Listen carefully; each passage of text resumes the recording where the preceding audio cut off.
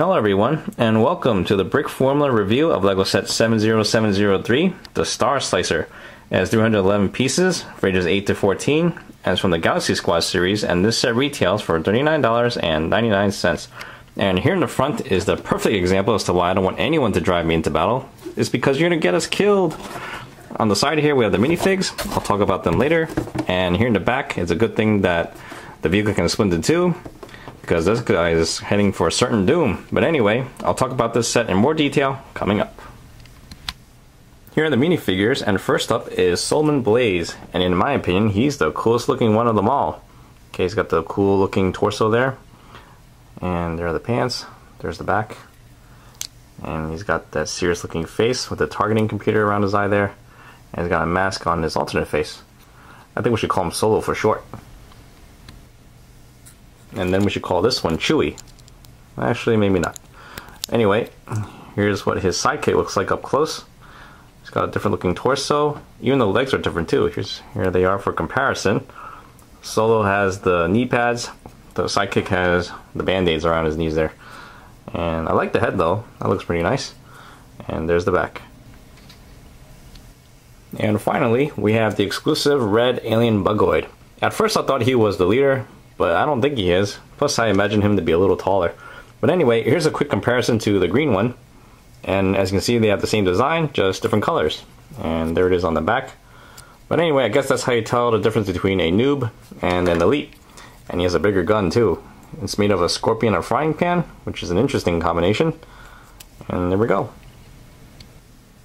Next we'll take a look at the Galaxy Squad's vehicle. And the main feature here is that it can split into an armored car and a agile flyer. Well, I hate to say it, but the armored car is not very armored, and the flyer is not very agile. I mean, you take a closer look, it's just two guns and an engine put together, and that's it.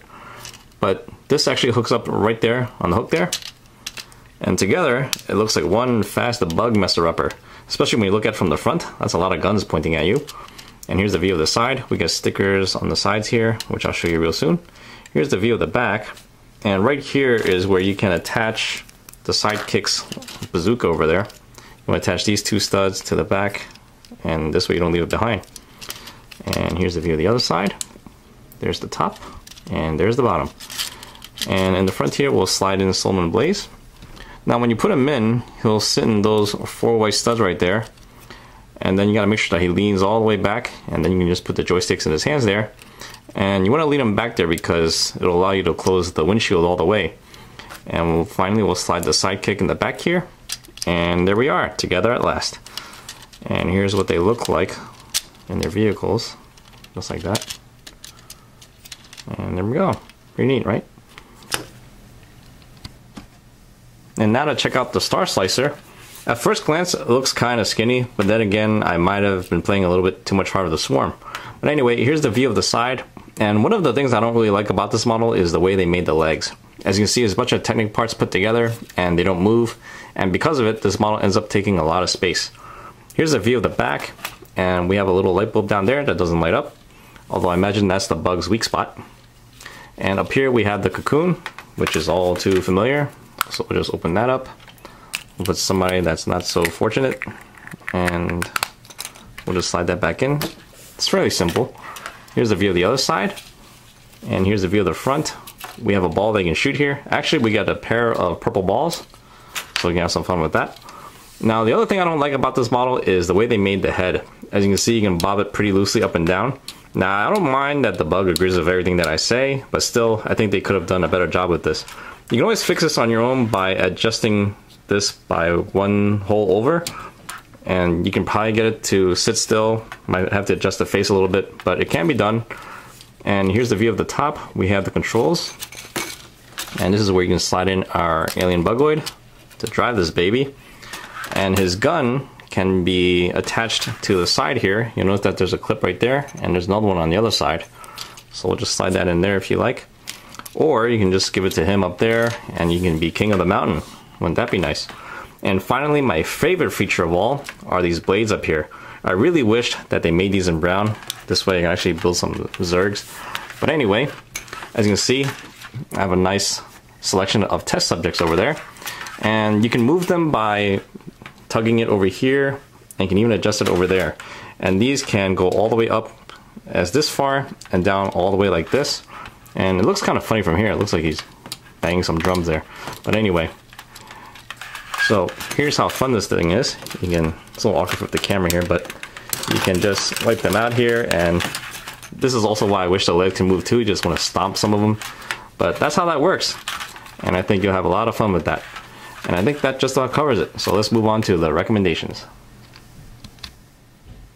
So, yep, I think I've been playing StarCraft 2 a little too much.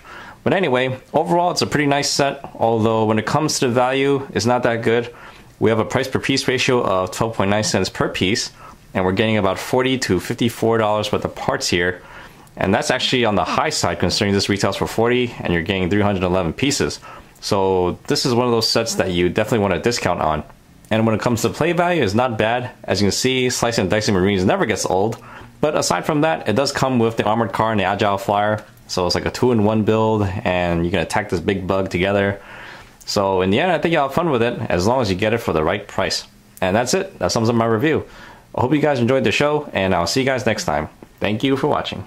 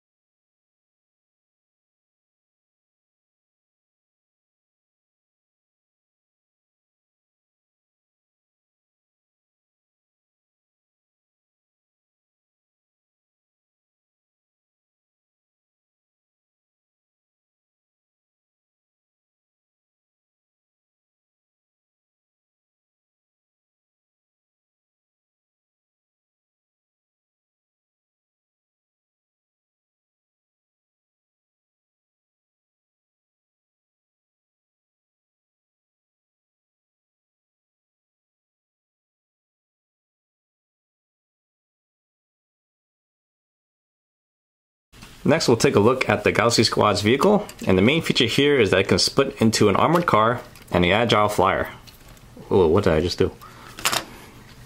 And when it comes to play value, it's actually not bad. As you can see, Slice and Dicing Marines never gets old.